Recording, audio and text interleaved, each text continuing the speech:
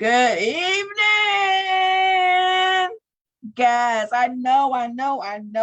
If you're excited as I am excited, you might as well go ahead and start calling your friends, family, and tell them, look, Uncensored Conversation with Elevated, Not Tolerated is back in the house. And guess what? My good friend, he is in the house with me tonight. This dude, man, I have been looking for this interview, forward to this interview for, I don't know, I can't even tell you how long. I just been excited to have this amazing young man with me. I don't know what else I can say. So before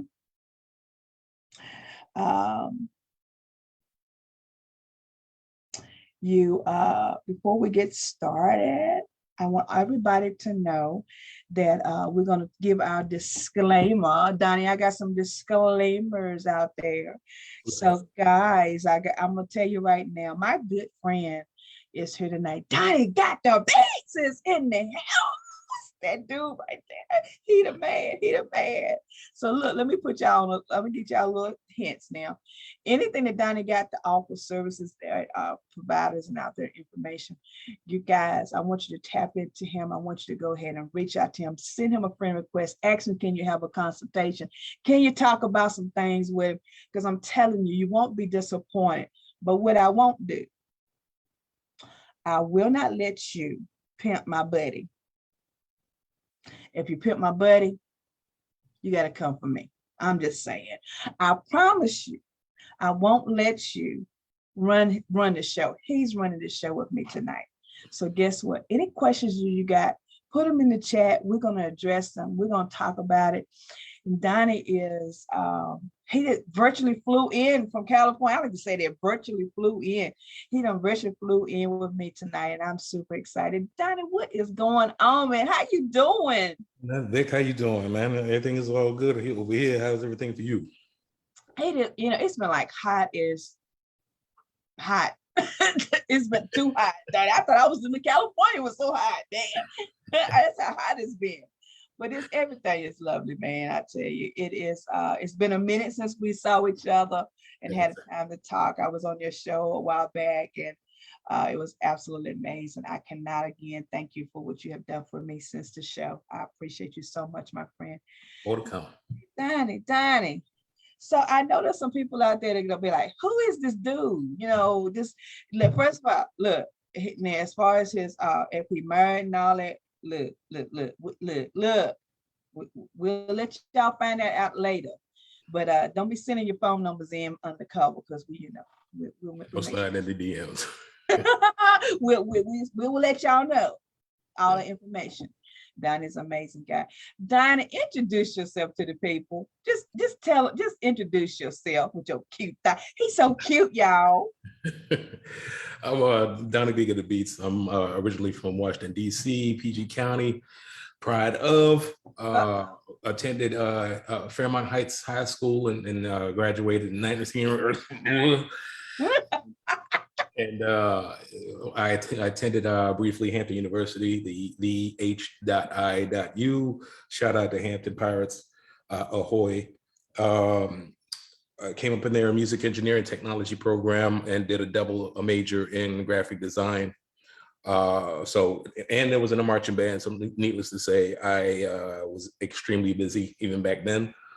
Left there, went back to DC and worked in the scene from the local theater houses for PG County government, public playhouse, pretty much all of the MNC PPC properties in PG County.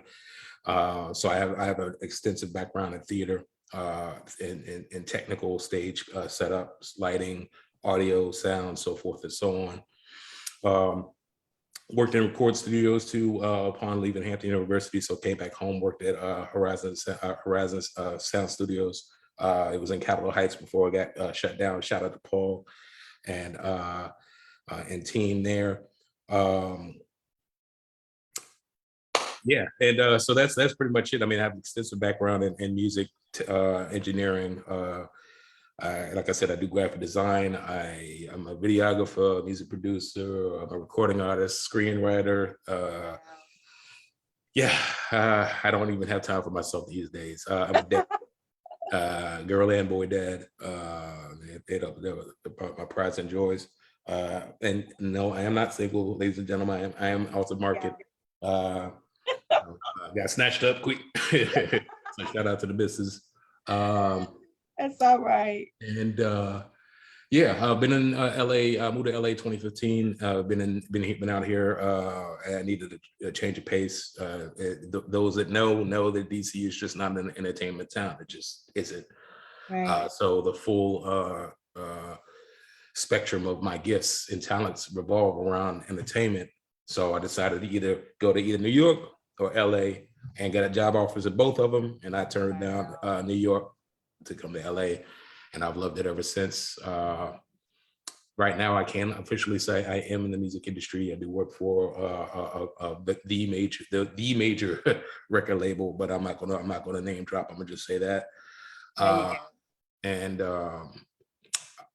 I host 2 podcasts. Three. I host The Beat, which again you were on. The Beat with Donnie B, Got the Beats. I also co-host Two Flew West with my buddy Nicholas Baker. And I also co-host and executive produce the show From My Perspective with my sister Ruthie Renee, which talks about relationships and the dynamic between men and women. So I'm always busy, ladies and gentlemen. If you didn't know, this man is busy. That's all I'm gonna say. Him busy. Look, you gonna drink? Will you drink that for me too, man? I mean, that looks really good. Would you drink already? Yeah, take a swig for me. Thank you. Two of them in stereo. I got you. Thank you so much. Look, guys, if you just didn't read that, if you didn't hear that brief resume, let me just tell you, this man is like 100 times busy. That's all I gotta say.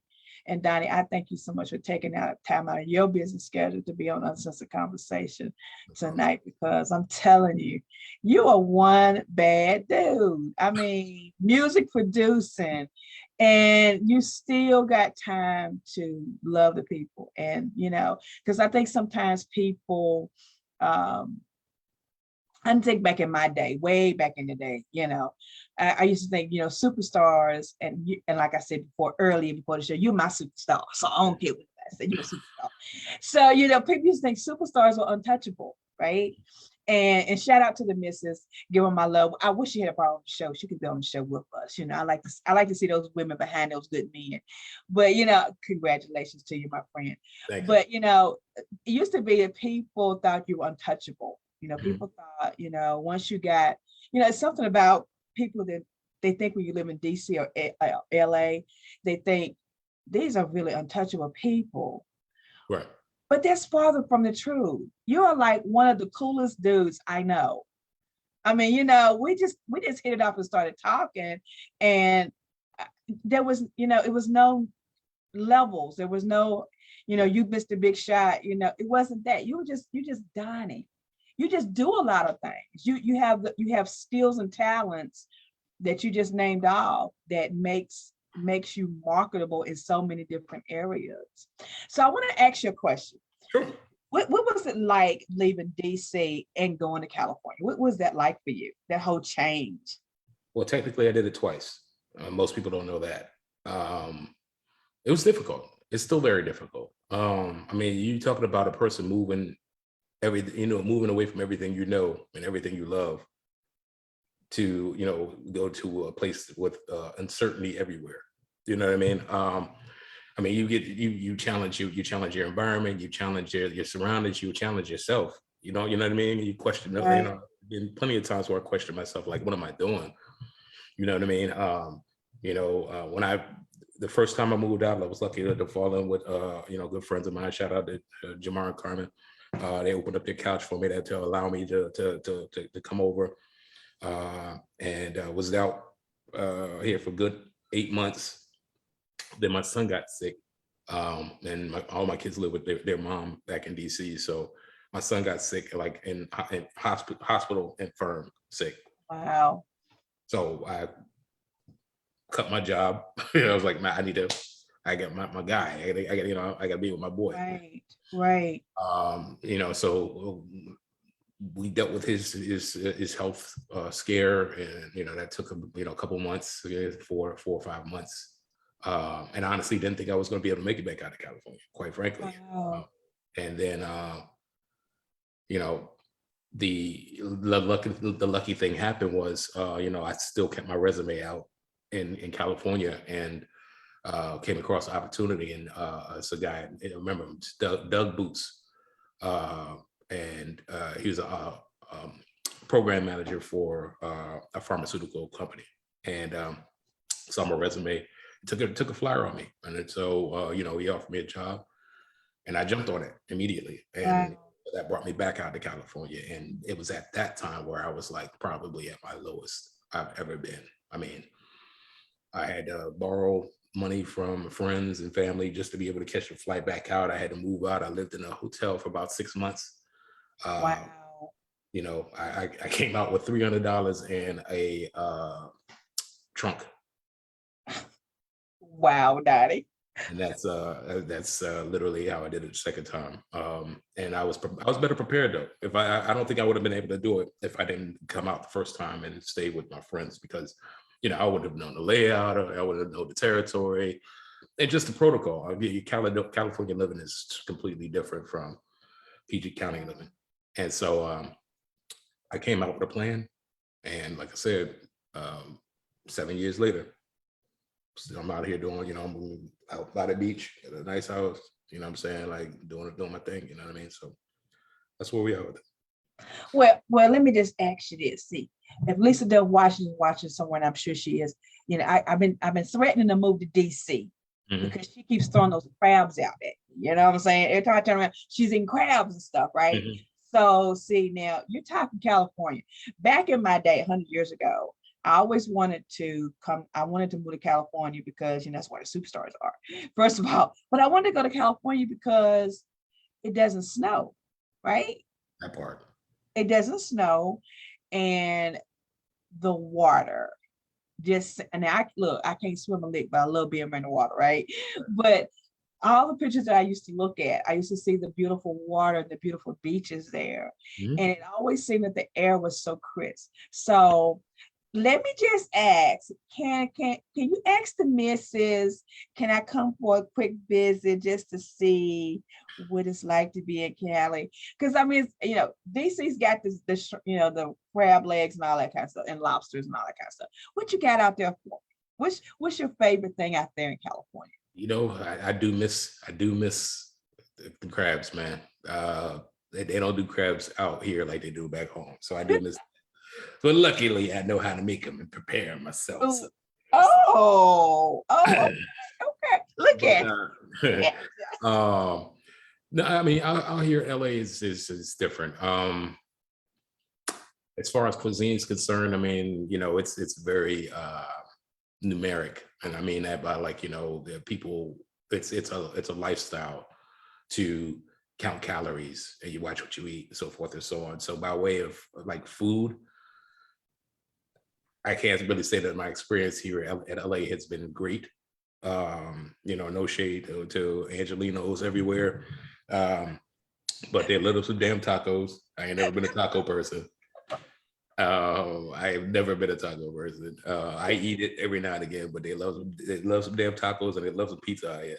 Oh Uh, wow. other than that, honestly, I guess the thing that I eat the most here that I love are poke bowls. I love poke bowls. Poke bones. Yeah, they're bowls. They're like sushi bowls. Oh, okay. So it's like you can either get leafy greens, or you get rice as a base. Then you put proteins on it, so you can get like scallops or salmon or tuna or squid or something like that. And then you could put toppings on it, like uh,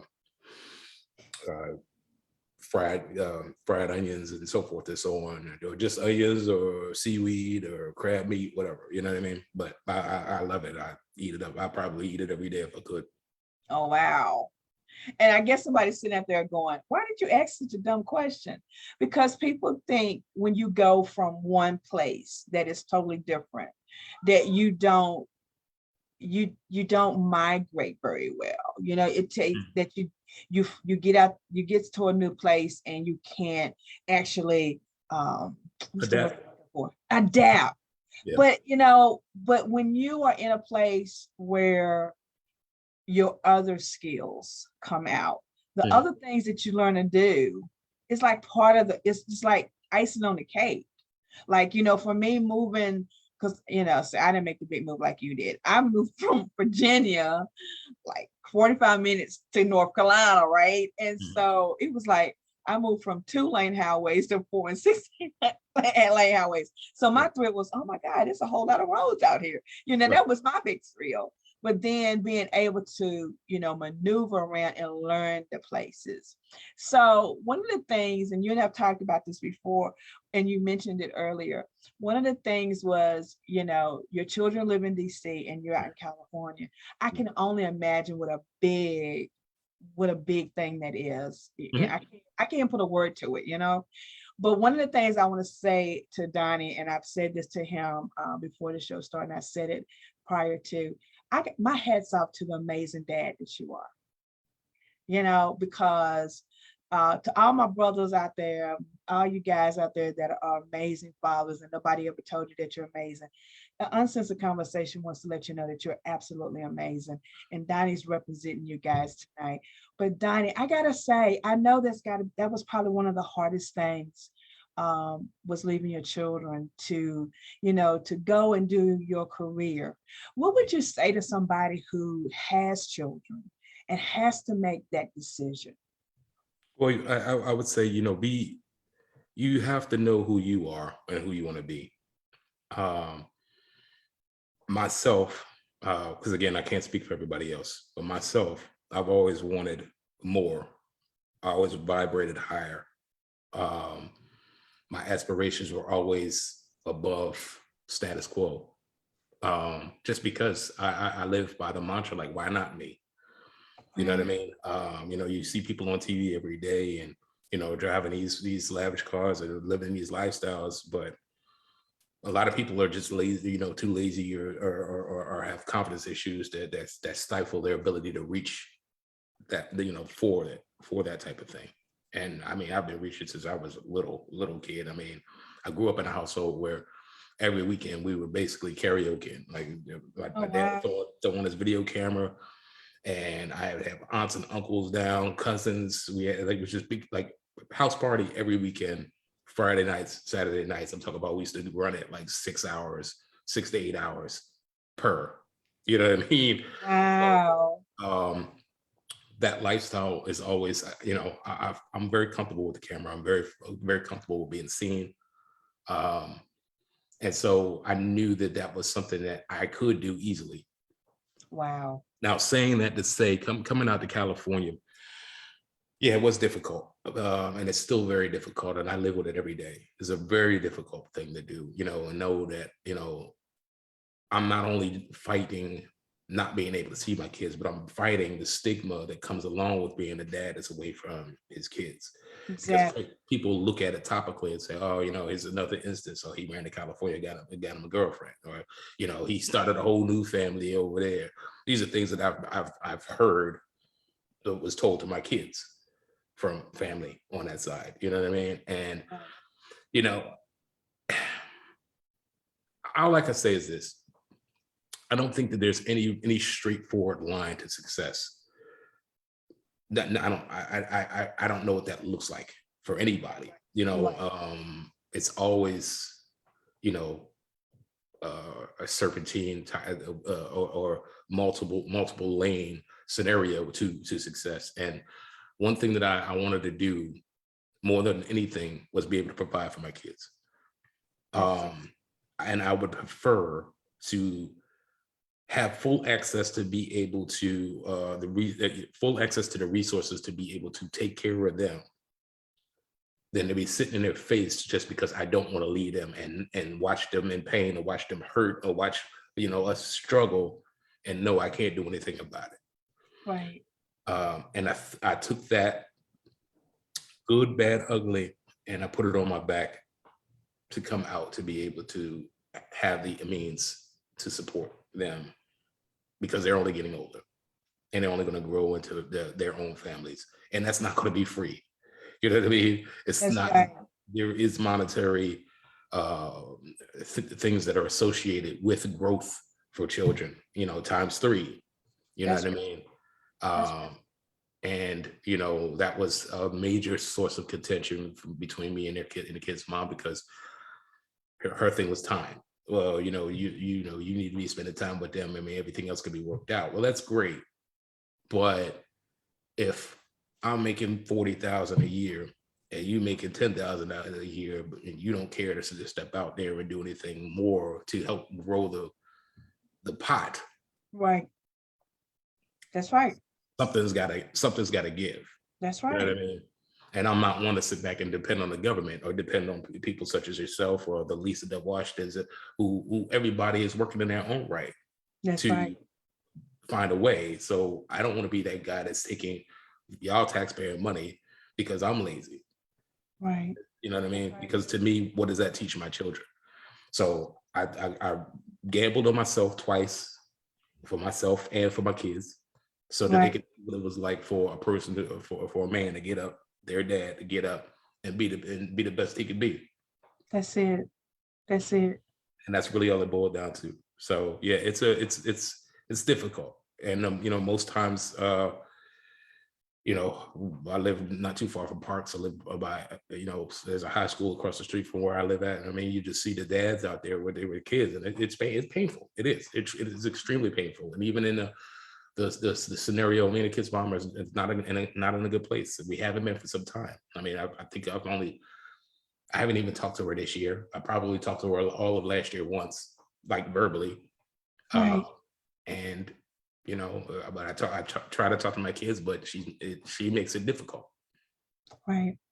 You know what I Right. mean? So, you know, there's a success story, yeah, but people don't understand the story behind the success story. You know what I mean? And there's a lot that a lot of people just don't know about me because I'm not an open book. Right. That comes with the territory. But that's to answer your question. Sorry, No, no, no, no. Well, hey, you know we roll. But see, that's the thing that I think is important for people to know in general, that you know the price that you pay to do the right thing. You know what I'm saying?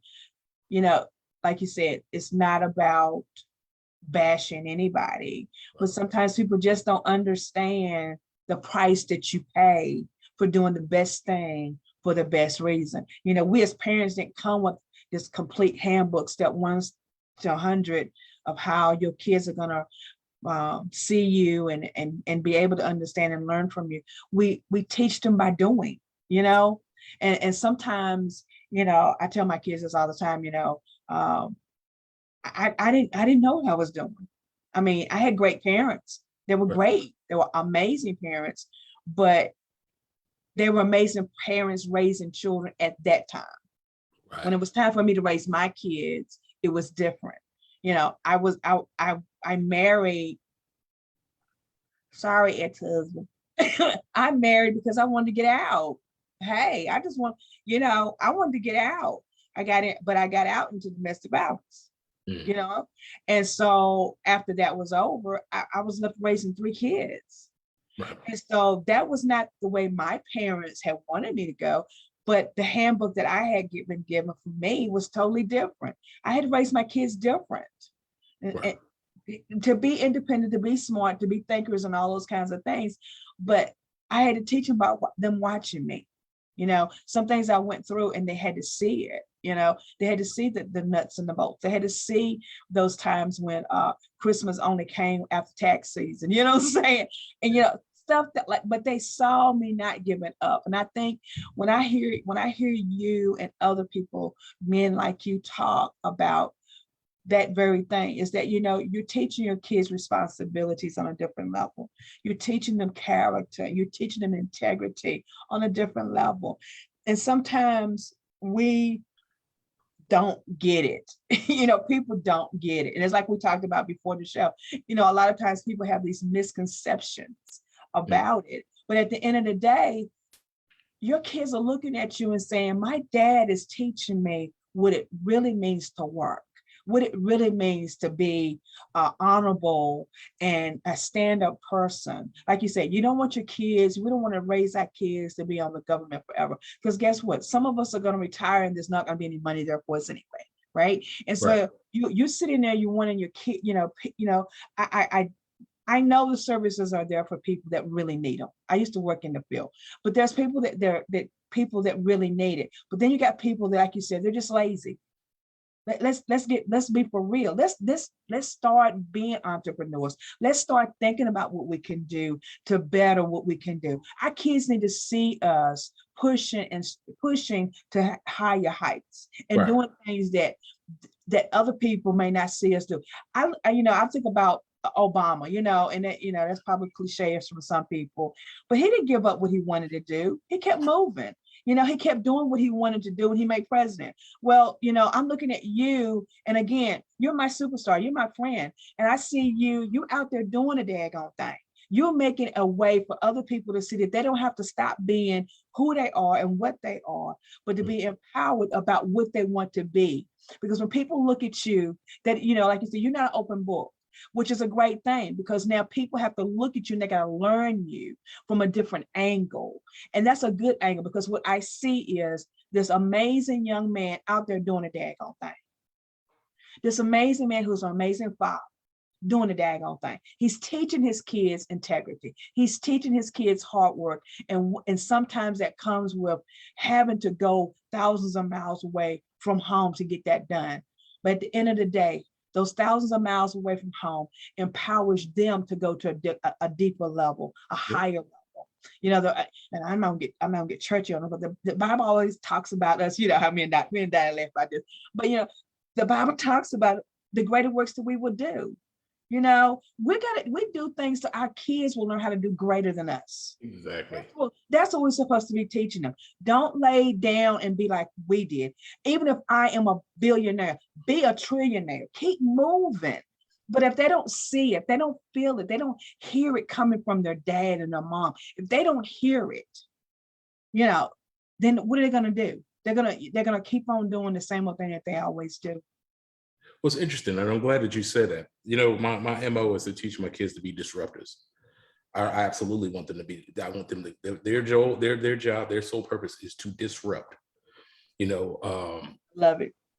For me to be who I am, let people in PG County tell it. I'd still be in PG County. I wouldn't be what I mean. I've had teachers tell me I wasn't going to be anything in the music business.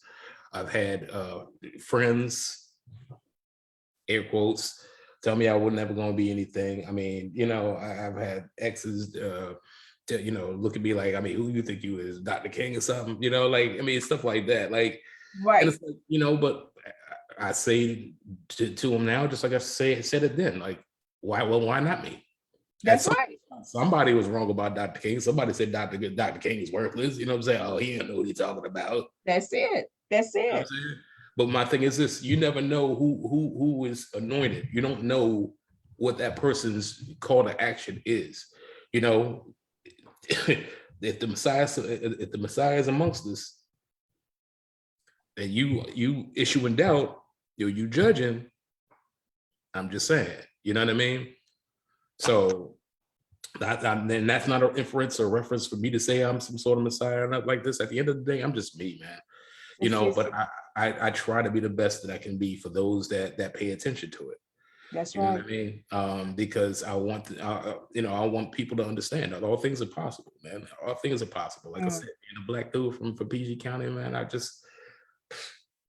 man, my job, when I go to work, I go out here, work at the record label, I shine on the grandest stage because I'm a Black dude.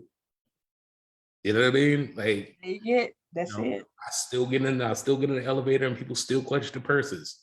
Or I walk by their car and they still locking their car doors like I'm a hoodlum or something. I still get that, ladies and gentlemen. As of Friday. You know what I mean? Wow. So this is the world I live in. So I'm not bamboozled or blinded by any fallacies or any ideology, man. I mean, life is life, and it is what it is. And my job is to kill it. That's Kill it. it. That's it. I don't know no other way. I don't want no other way. I That's want it. to do it, but I do want to be the one who said that I did it, and I did it the right way, every step of the way. There you go. I want that. And the thing is, you're doing it the right way according to who Donnie is. You're doing it according to who God designed you to be. There's not another Donnie like you. You know what I'm saying? And so, if you guys, and I think all of you that are watching tonight, there's so many of you, Donnie, they're giving high fives up, and they're, starlights out there blinking and all of that. And so we thank you guys for watching it. And I'm trying to keep my eyes down to see if you guys got questions, and I'll make sure that I throw those at Donnie if you do. But the thing that, Donnie, so many people, and I said this before the show started, we talk about Black Lives Matters, and it does. Yes. But what happens when Black Lives don't matter, and it's in our own community? You know what I mean? It's our own people that are not admonishing that. It's our own people that are taken down and not building that. It's us as women not admonishing our Black men like we should. I ain't got nothing. I don't care what color. I don't care who you marry. I don't care about that. That's not what I'm saying. Do you be happy with whoever you do it with? I don't care. That's you. I know what I like. I know what I want, right? But at the same token, we keep saying, oh, this, Black Lives Matter, but we're putting our own Black men down. We're not lifting our Black men up. You know what I'm saying? We wait till somebody dies, or we wait till somebody starts marching down the street before we say Black Lives Matter. Black lives been mattering all the time, y'all. Come on, let's be for real. It didn't just start. And I gotta say too, I'm gonna be honest with you. I didn't like the BLM movement. I didn't like what it represented. I felt if you got to put a name to it, it's not worth it, because to me, all it did was create, well, Asian life matters. It's you know what I mean? It's more divisive. That's why it's like I don't like BET. Like, what is BET? What does that even stand for?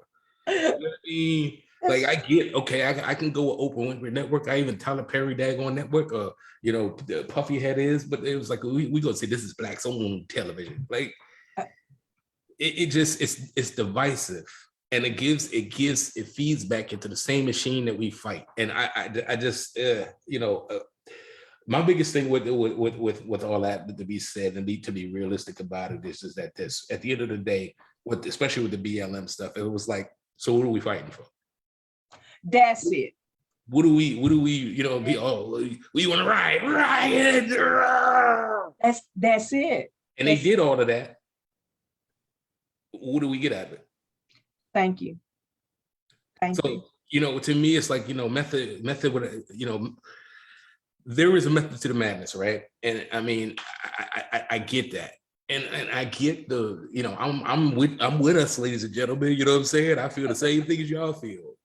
Right. But I also look at it from a perspective of, in this world, if you have no clear-cut direction, you cannot effectively communicate what your issue is and what you need for to absolve all the issues that you have.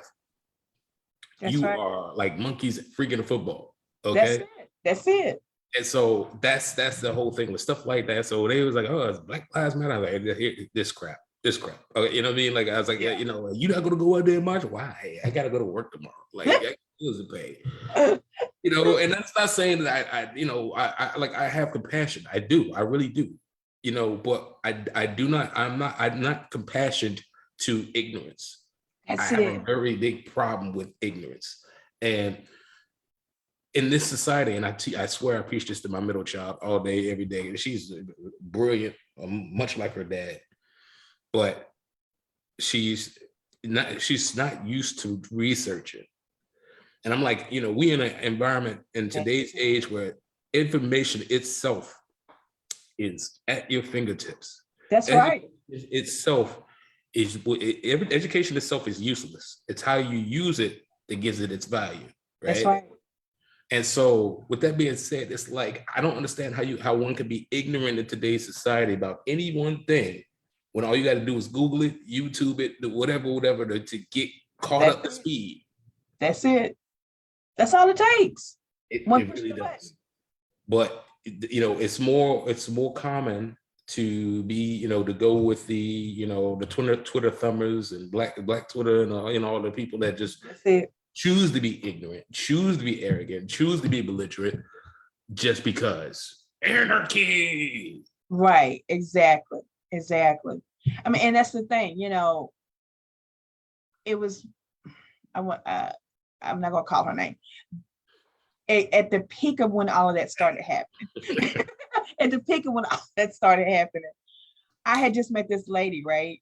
Mm-hmm. And okay, you see, can I say this on TV? Yeah, I can say it. Say whatever you want. It's your program. I forgot. It's Uncensored Conversation. I said what the heck I won't say. Exactly. I remember when all of this started happening, and I had this vision of my mom. Mm-hmm. Love that woman. God rest her soul. My mom was the biggest racist in the world. Mm. She really was. She always said it was only two things that would keep her from heaven. And I was like, you're the first lady. Wait a minute, hold up. But at the same token, it was because how she was raised, right? But then at the peak of when this started happening, I had met this lady. And she had loved my shows. She had loved my lives. She was just about the lives. And as soon as that happened, she asked me one question. And I thought I would be like, are you crazy or what? She said, do you dislike me because I'm white? And Donnie, at that very moment, I was going through some things. And so I kind of answered it this way. I said, no, I dislike you because you're being ignorant by asking me that question. I don't care what your color of your skin is. I really don't. Right. When my oldest daughter was going to school, and if she's watching, she's probably going to say, Mom, please don't tell that story. But when she was little, I never told my kids that they were Black. I never did. I told them they were human. I told them it was a girl. They were a girl. Your girl, Mm-hmm. And when my oldest daughter went to kindergarten, and and somebody says, well, you should have told her better. But she went to kindergarten, and I got this phone call and said, Chrissy's boohooing and crying in class. We can't get her to stop crying. And I'm like, okay, what happened? Did she fall? What happened? And when I got to the school, I said, why are you crying? And she said, Sally called me Black. And I told her I'm not Black. I'm a girl. And she said, she kept calling me Black. And she said, Sally was my best friend. And I said, well, Sally doesn't mean that you're the color of the crayon. She's telling you what people label you at, as far as, I had to choose some real classy words at that time. But I said, but Dad, she's not telling you that you're the crayon baby. She's not. Her teacher looked at me and she said, so you don't teach them the difference? And I said, what difference? My daughter's she's in school to get an education. She's here because she's socializing with other people. What do you mean tell her the difference? That she doesn't have an opportunity? So from that point, my daughters were always like, Mom, you should have told us. But then they kind of grew into it, and they kind of understood it as they got older. But I remember my mom saying when I came home that day, she said, I told you to tell them that they were Black. And I'm like, well, what would have made a difference? And because I'm not Martin Luther King, but I do have a dream that everybody should be able to do some things and enjoy who they are, regardless of who they are. I love people. I love everybody. The thing is, like you said, I don't love ignorance. I don't love people who use these topics to get ahead. I don't. I think we all have our own breaking moments or points. Like you said, you can still go and you can And and the thing is, you're a Black man and you still experience. I'm a Black woman. I can get in the elevator with somebody and they're clenching their purse. You know what I'm saying? So it doesn't matter. But the same thing is a Hispanic can do have the same problem. Sure. And let's be honest, white people could be in the wrong neighborhood and get the same thing too. You know what I'm saying? So it doesn't really, you have to be, your mindset has to be broadened a little bit. It's somewhere that we missed that part of it, and I've seen all the stories and people are saying stuff. Guys, look, we're gonna move back to who Donnie is in just a second, because I feel y'all. There'll never be another talk show. We'll talk about that. But that whole aspect of it is important that people understand that, you're not labeled by, and people probably got mad at some people because they didn't go out there and walk with a sign. Okay, because to me, all lives matter. Every life matters. If you go back into your history, you might find that you have a whole lot of mixtures of blood in you. Yeah, absolutely. So ta-da, we said it. Now y'all get over. It's funny. My mom she just reminded me again. My sister got married last week in Vegas, and we was out there. Mom reminded me again. You got Filipino in your blood. You know what I'm saying? And it's like, all right, thanks, Mom. Thanks for the scoop. But I mean, it's funny thing about labels. Labels are funny. The only label that matters is my name. That's the only thing that I'm on. That's it. I like to challenge your buck trends. Like I said, I mean, if you bet on me losing, or you bet on me being stupid, or bet on me not winning, I'll take that bet and I'll see it. You know what I mean? And that's just really it. And it's really all just about perspectives, man. So true. That's true. Like I said, whatever. Whatever. We don't care about that no more, y'all. Yeah. Me and Donna, we so mixed up. We just, hey. That part. We don't care. We don't care. But to all of you that are watching, Dr. Peters, Kathy McKnight, Carrie Price, all of you, and all these, Donnie, there's a billion names out here. I'm not going to read them all. But your fellow panelists for the domestic violence are supporting you on tonight, Donnie. So if you guys haven't already looked at the posting, Donnie is one of our panelists for our domestic violence conference this year. I laugh because I don't want to cry. Life after domestic violence, and I think for this time it's time to breathe. It's time to breathe. And so Donnie is one of those for now. He is our only male panelist this year with all of these, and we are so excited to have him be a part of the conference. If you want to know more, you're going to have to ask Donnie to tell you more, but better yet, you better come to the conference and hear more, because we're going to have a great time tapping into that subject, because domestic violence happens every second of every day, and you need to be aware of it and see the signs. So I don't know, Donnie, I'm excited. I want to say this a little bit, and I told Donnie before the show, I wasn't going to say a whole lot about the conference. I'm going to let him say whatever he wants to say about the conference and all of that kind of good stuff, because if y'all stay tuned, all of our panelists are going to be doing little 5-minute presentations to get you to come and be a part of the conference. But I remember being on your show, and you asked me what did I have coming up, and I said, well, we got the domestic violence coming up, and I said, I'm looking for a man. I would love to have a man on the show. And he said, I'll do it. And I was like, what you mean? And you just said it so plainly, and I got to say thank you, because Kathy McKnight and some, the other people that I've talked about, getting a male to be on the conference. It is a challenge. It is a challenge in society that we deal with. And I am so honored that you're going to be representing those men who need a voice to be heard. And so I thank you in advance for being a part of the panel. And you took my breath when you said it. I was just like, what? I think it took me the next day to really go back and look at the video and hear you say it. I was like, he did say, yeah, But I am honored that you're a part of the conference this year. I really am. Am. Well, thank you for inviting me. I mean, I do agree. It's something that it happens. And the thing that I like to shine a light on is there is a huge denomination of people that love to say that it's just, all about women.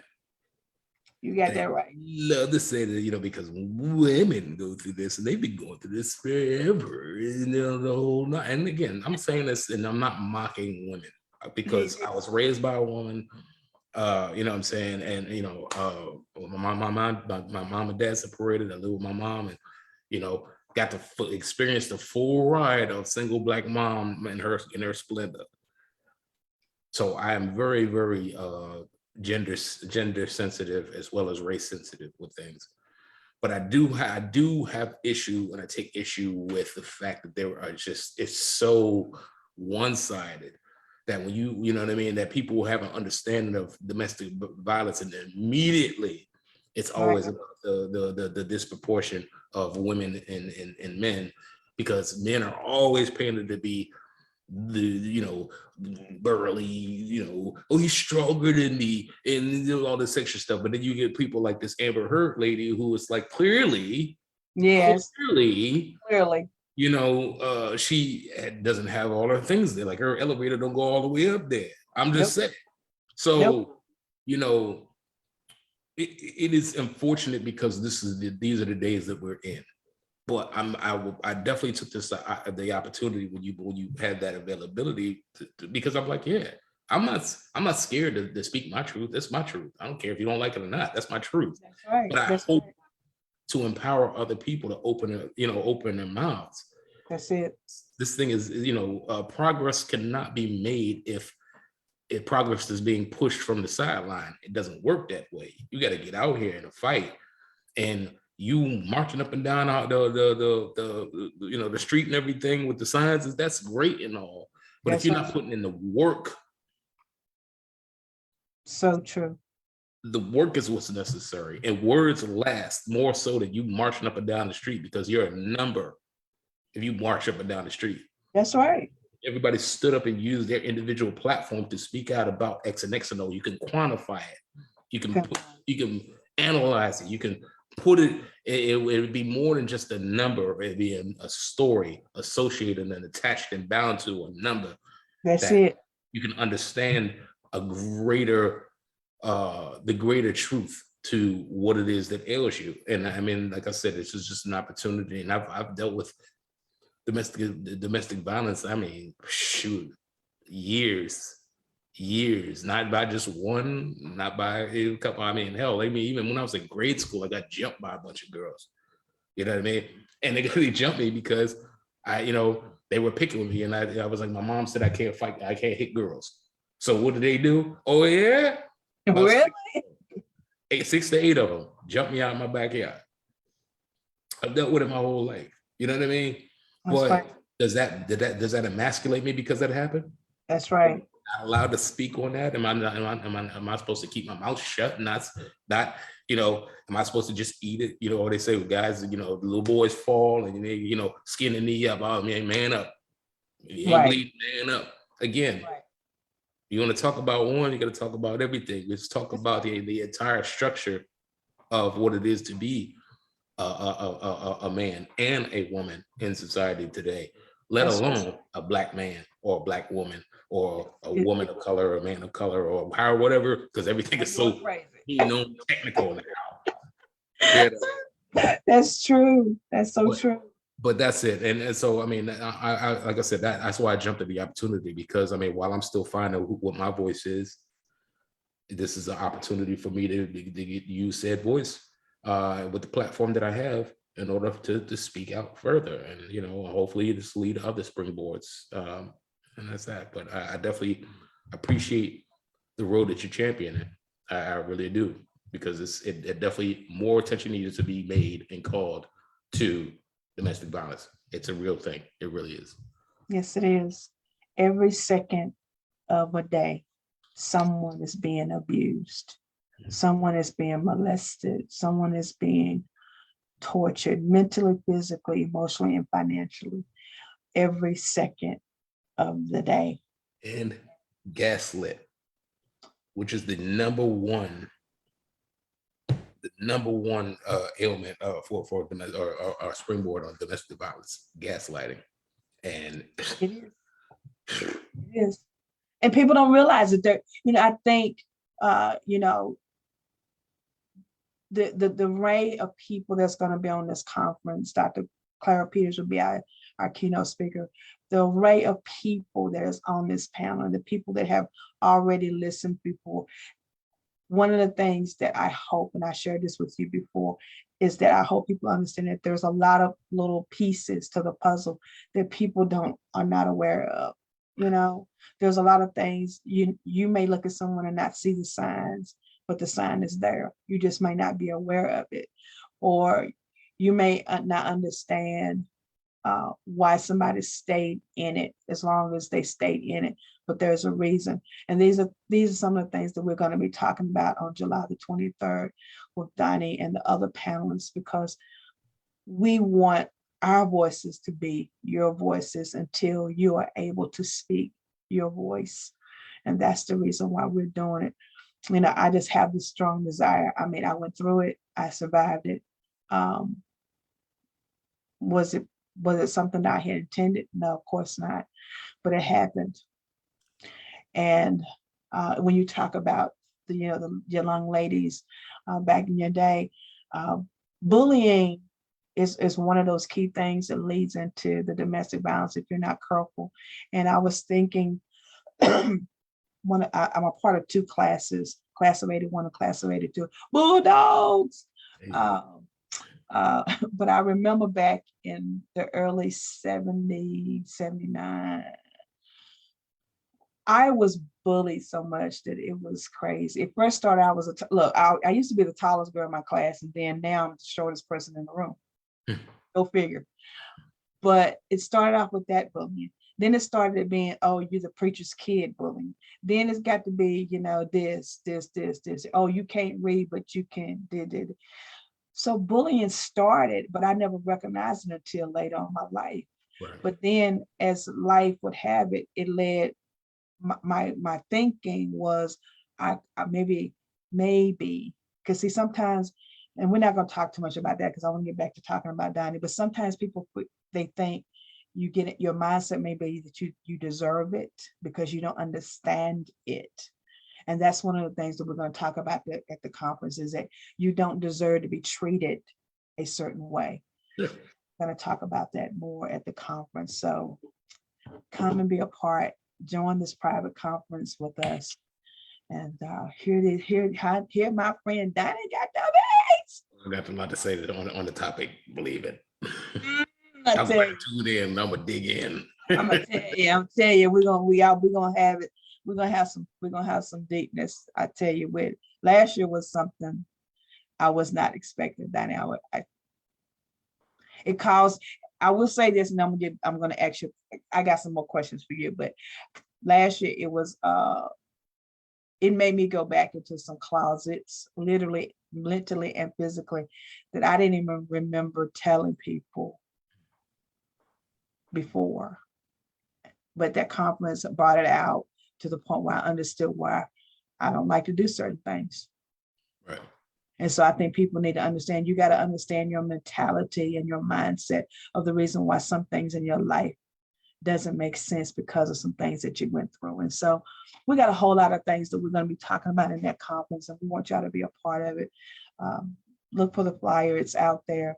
Listen to Donnie and the other panelists as they come back with their 5 or 10 minute bleeps on what I want to tell you why we want you to be there in the conference and be with us. Men, women, boy, girl, all nationalities, you're invited to be with us on July the 23rd. So Donnie, I want to switch over here real good. Tell the people a little bit about the music industry and what empowered you, what impacted you to go into that. I mean, you got all these, that your resume is amazing, graphic designs, all that stuff. But what made you get into the music? What's about the music that really intrigued you? Well, I guess, it's always been there. The biggest thing is, first of all, I'm a very traditional person, so I'll start there. My thought process, the basis of who I am, is very traditional. I don't like a lot of new ways of thought. But the reason why I'm saying that is because it always boils back to honor thy father for me. My father was he was a music producer and a bassist. Oh, wow. He one of the songs that he worked on was one of the greatest hits of all time was Rock Creek Park. He played the bass on that song. They're doing it in the park. What? That was my dad playing it. The bug. You know, growing up in that environment and growing up and listening to the music and being around soul and just really understand and have an appreciation for the art of what music is what they called me. They called me ever since I was little. I played my first instrument when I was 2 years old. So I've always just wanted to do music. And honestly, I did the graphic design stuff and the art stuff because I was like, well, I'll always fall back on music because music will always be there for me. So I did all of this other stuff to kind of build out. And, you know, and honestly, I did the graphic design stuff and so forth and so on because I was like, well, I need to be able to showcase my music and what I do, but I need to promote. I need to, you know, have signs and stuff out there, but I don't want to pay this person to do it. I don't want to pay this person to do it. I mean, that's going to be cost, you know, there's so many costs associated with it. So in an effort to try to scale down the budget for that, I just started picking up stuff, figuring it out. And I've always been an artsy person. Interestingly enough, by the way, what got me on art was 7th grade. I went to Kenmore Middle School in PG County and got laughed out of my art class. What? Laughed out of my art class. So our assignment was to draw you know, the perspective thing with the bowl, with the orange, and it was bad. You know, I didn't know how to draw. I was like, whatever. And a kid made a joke in there.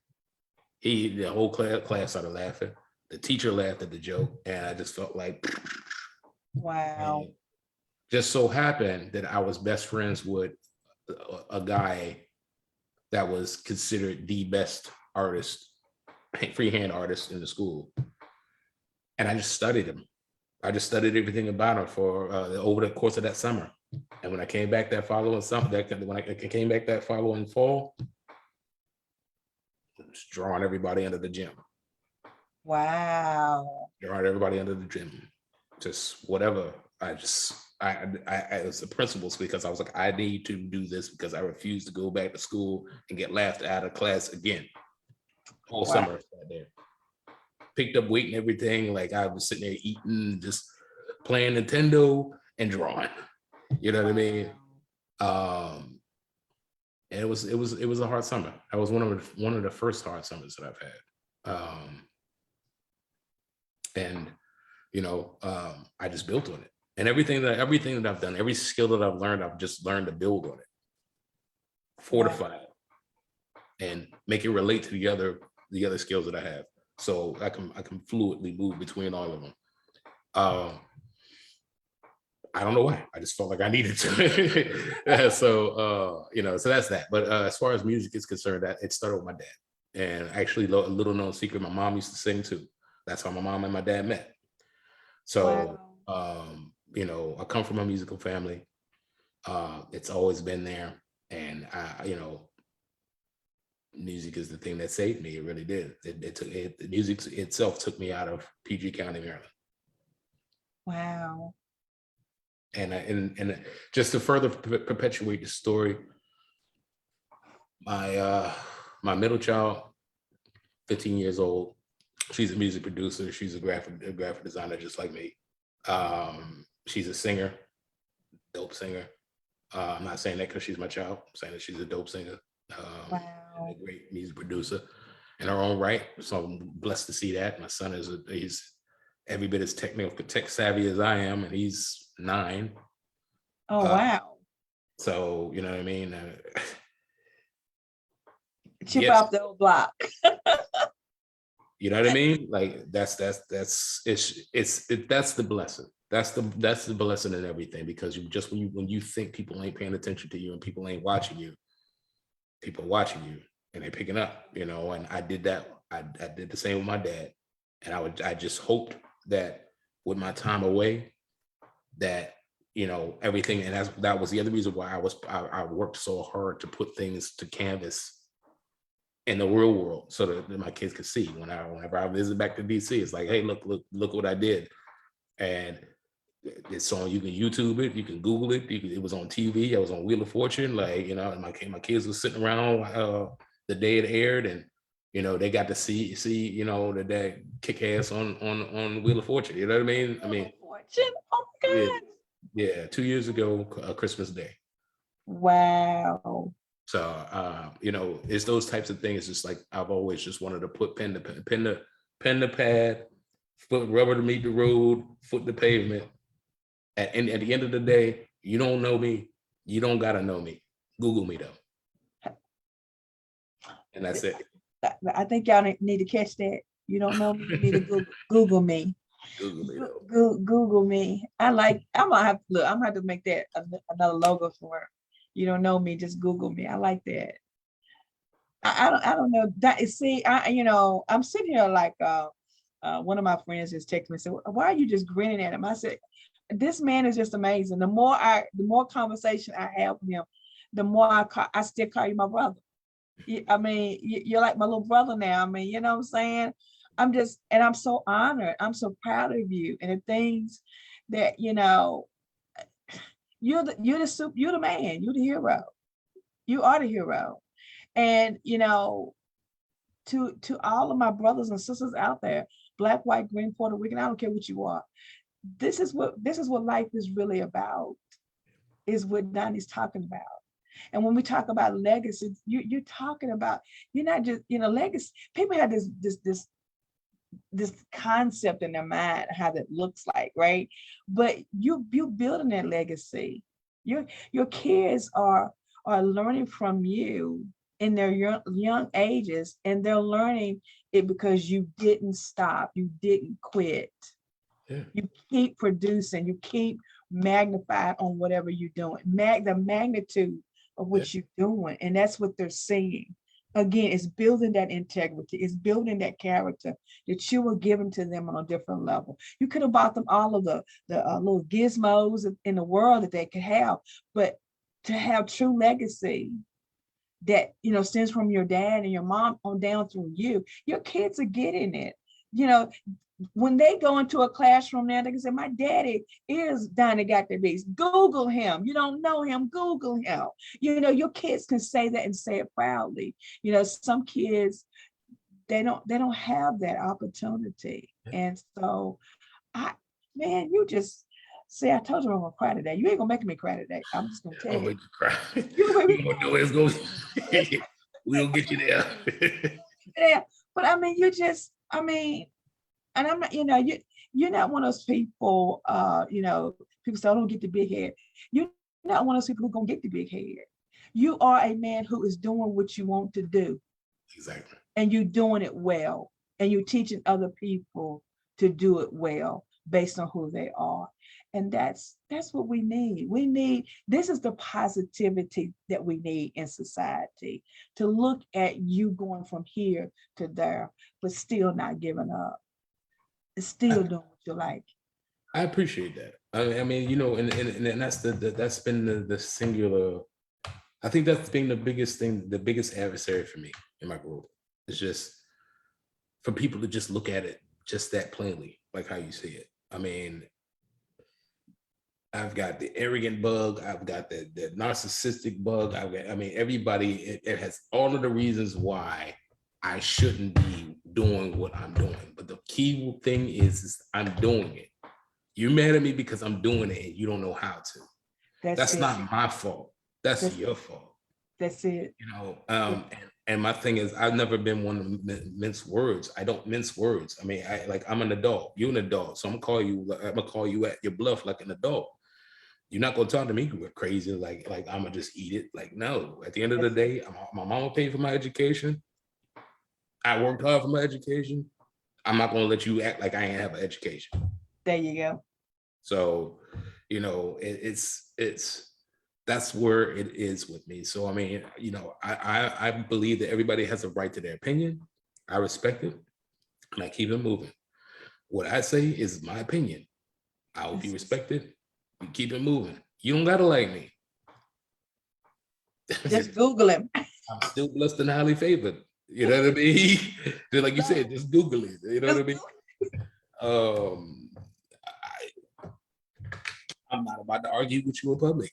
Why? The Buddhists say people don't argue with a fool in public because people from a distance can't tell who's who. Hello. You better say that again. Google it. Google it. I love it. Google it. I'm gonna use that. But these are very, very core traits for me, and these are very, very things very much so a part of who I am as a person and what I try to teach my children. Whether or not they get it, I mean, that is what it is. I mean, that's just like for any and every parent. But I think the biggest form, what they say, imitation is always the greatest form of flattery, right? And with that being said, how can you build any kind of legacy without any kind of imitation? And my thing is, that's why I try so hard to leave things out there. Actually, it's funny because I do everything to magnify everybody on my platforms. You do. But I really kind of do it for myself in a selfish way too, because at the end of the day, I get to share my nuggets and my thoughts and my perspectives as well. And these things go down in history. You can't erase these things. You might not be able to find them on the web, but they're there. They're out there. Google us. Google us. Google us. That's to me the cheat code in today's society, as far as by way of, back in the day we had writers and the W.E.B. Du Bois and all of the great Black writers and white writers and yellow Asian whatever writers is out there, they were able to leave their thoughts out in the cloud when there was no cloud. And now that's what YouTube is. It's just another way for people to leave their thoughts and their opinions and let the world know that they exist.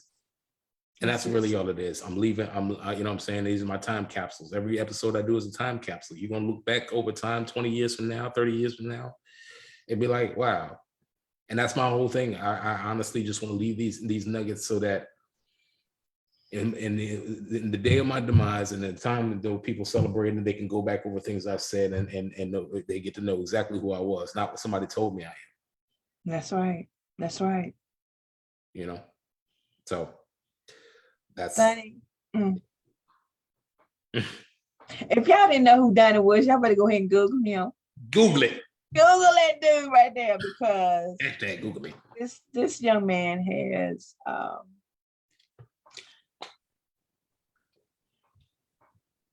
I ain't gonna cry, man. I tell you. I cried today. You gonna make me cry. I'm be strong today, man. I ain't gonna cry. You are one bad dude. Thank you.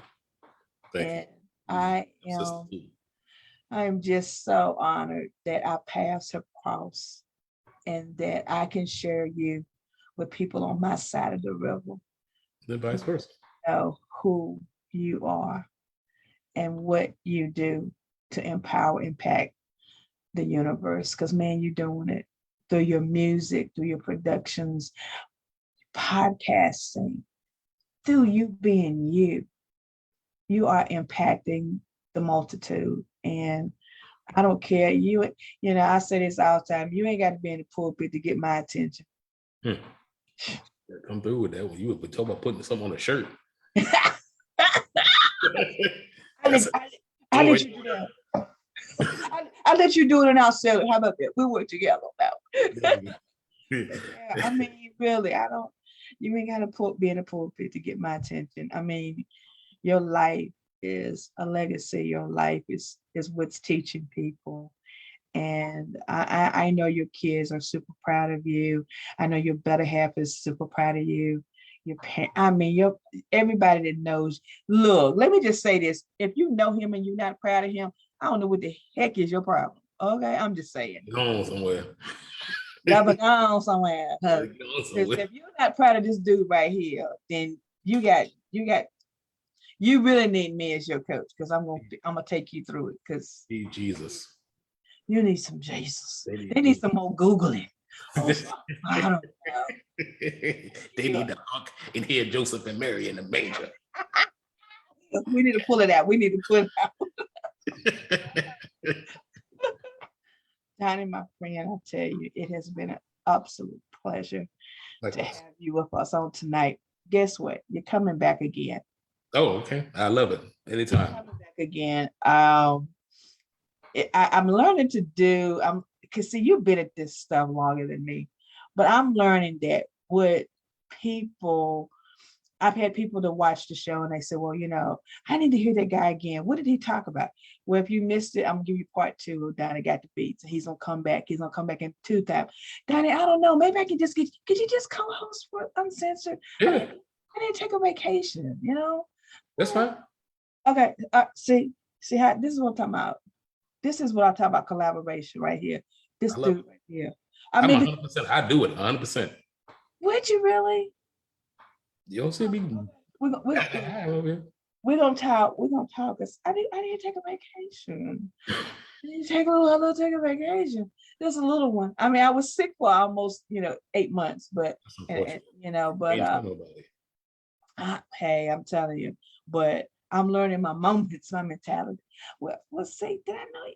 I think I might have met you shortly after I was just coming back. You off a little bit. Yeah, I got sick in September last year, and April, right at when Lisa first started doing the promotion for her book and everything. I was just getting to the point where I could breathe, literally, again. I was out of work from September until April the 1st. I went back to work on my old job. Damn. I ain't bound with that long. You got testimony, sister. Yeah. I'll tell you, COVID kicked my butt in so many different ways, but I'm here. Hey. I still have my little every now and then, but guess what? I'm on this side of the river though, so I'm good with that. You still got your calling. You still here for your reasons, and we about to glorify. We're gonna magnify that. We're gonna lift that up. See y'all. See how the preacher be coming out of him. I mean, again. I'll be doing but yeah, I believe. Well, we'll see. I had to be here so I could meet you, and so we could work together. So it was purpose. It was definitely purpose. But you're definitely coming back on Uncensored Conversation. He will be co-hosting, guys. I might just throw the mic and say, I'm out of town for 6 months. Gotta do what you want to do. So I don't care. But this is what we do, y'all. We collaborate. And all of you that have watched tonight, I want you to do me a big favor. If you really watched tonight and you enjoyed my friend Donnie Got the Beats, I need you to go out there. I'm going to share his podcast with you guys. I want you to go out there and I want you to watch it. See, some people that would say, why are you promoting? I haven't accused of promoting everybody else, not doing the same for myself, right? But this is what I believe, like you said earlier. If I'm doing something for you, that means I am promoting myself because I believe in promoting great people, right? Yes. So if you guys have enjoyed listening to my friend, the big man, Donnie Got the Beats, I'm going to tell y'all, I'm going to need y'all to go out to his show. I'm going to need you to watch. I'm going to need you to do what you got to do and watch my friend, because this guy right here, he is going places. He's already been to some amazing places, but he's getting ready to go to some other places that you don't want to miss. I'm just saying, some of y'all got issues with recognizing great people. You will recognize everybody but who you need to recognize.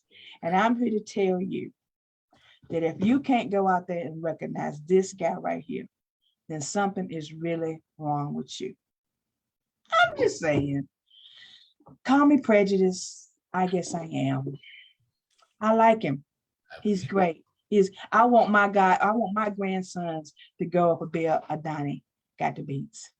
Somebody who's impacting the male perspective on a different level. I put his information into the comment section. I want y'all to go out there and I want you to follow him.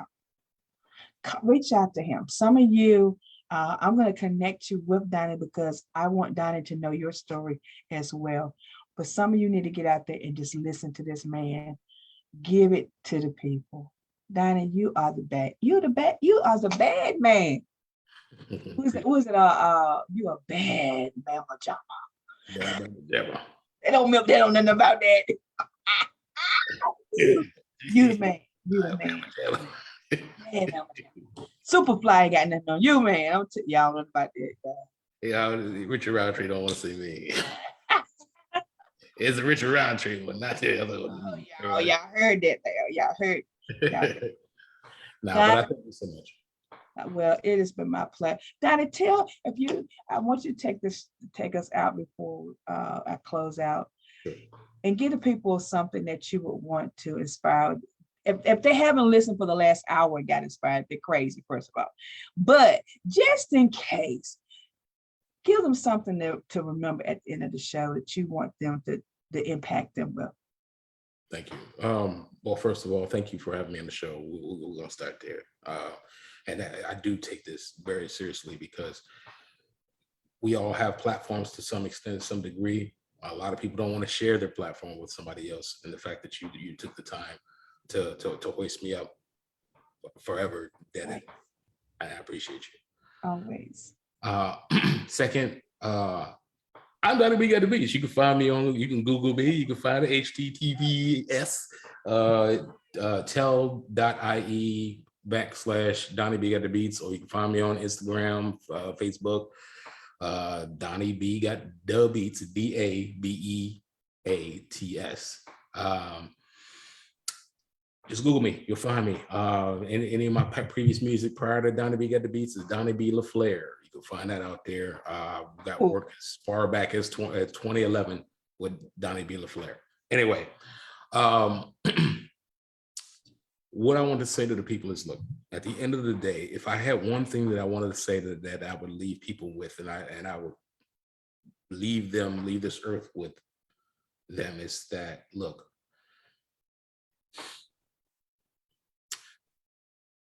I really wish that people would just understand that everybody has a place. There's no real fight.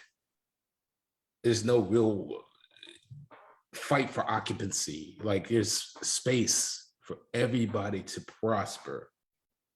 But you have to do your part to make your brand successful. Nobody's going to invest in your dream if you ain't investing in your own dream. And then the last thing I'm gonna say to that extent is, there's a phrase that I kind of made up as one of my Instagram or my Facebook messages, and it wound up sticking for the past 4 years. And I really live and breathe by it to this day, is that nobody cares who you are unless everybody cares who you are. Wow. You have to make sure that you do your part to make sure that everybody cares who you are.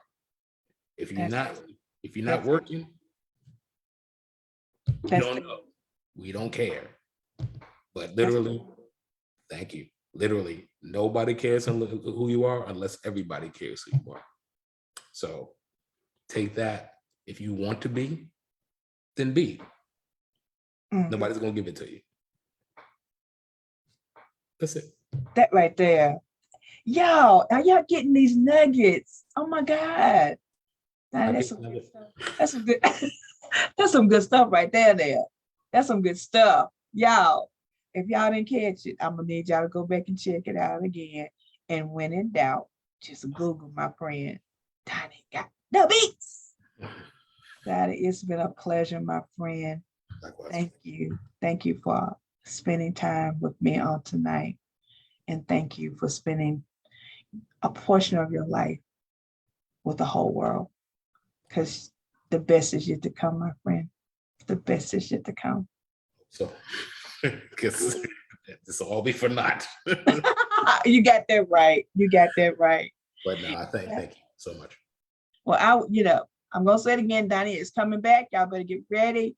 Well, you never know what we're gonna talk about the next show. It's gonna be something else. We got so much to tell you about. We're just gonna talk about it. So look. Uncensored Conversation will elevate and not tolerated will not be seen next Sunday because I'm going to let y'all enjoy the 4th of July weekend. However, I do need you to go out there and get your tickets for the Domestic Violence Conference that's coming July the 23rd with my phenomenal guests. Donnie GotDaBeats is one of our panelists.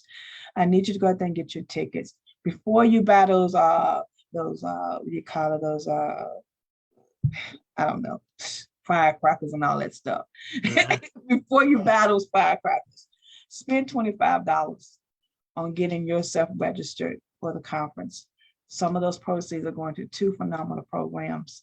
And one of those is hosted by one of our panelists, Kathy McKnight. So we want you to get out there and get your tickets. So after you do that, then you can go ahead and enjoy the 4th of July. Whatever you do, be safe. I don't care what you do. I don't care who you do it with, long as it's legal and safe. Legal and safe. That's all I'm going to say to that. Legal and safe. But then turn back and look, review, replay this particular show and my guest, Donnie GotDaBeats. We got some other guests coming up in the month of July. Donnie, I got a young lady, Miss Carrie Price is going to be my guest. She's going to be coming with us the week before the conference. I'm going to do a special Sassy Saturday event. And she's going to come and talk to us about her amazing son. I told you he's the young man that is going to be, he's a young man that had some health issues, but music is his beat, man. It's his beat. So we're going to have her and her amazing son on the program. We're going to be talking about what she has to offer. I'm gonna throw her some. I'm gonna throw Donnie some information about them, so he can talk to them some more about that too. But we got some other guests that's coming in the month of July. After the month of July, we're gonna take maybe a little sabbatical and turn the mic over to my good friend Donnie for a couple of episodes. It's gonna be a wild ride, ladies and gentlemen. Wait, I know. I tell you, I'm looking forward to it. But guys, it's gonna be great. It's gonna be great. Donnie, thank you again so much, my friend. So much. All right, y'all. Look, we getting out of here. See, Donnie's out there in California. He's chilling. And we out here in North Carolina. I'm gonna let him fly back. Let him do what he got to do for the rest of the evening. Give my love to the better half. Tell her next time she got to be on the show with stuff. I'll do my best. I like to have the everybody that would say, what is it? That's behind every good man is a good woman. I think beside a good man, there's a good woman. She would respect that one more. Yeah. I mean, why you gotta be behind them? Why can't you be beside them? I hear it all the time. She won't shut up about it. Yeah, you're right. we want her to be beside you. We're gonna bring her on the show so she can tell us how he can cook that food for her and all that good stuff too. Give her some praise too. But give her my love and tell her thank you for sharing you with me on tonight. All right, guys, I gotta roll up out of here. I will see y'all next time. Next time on Uncensored Conversation with Elevated Not Tolerated. Also look for Morning Moments with Elevated Not Tolerated. We might give you something this week to think about. All right, Donnie, stay with about 2 seconds while I let the people go out. Good night, people. We'll see you next time. And always remain elevated and not tolerated. See you soon. Hang with me, Donnie, for a little bit. Will do.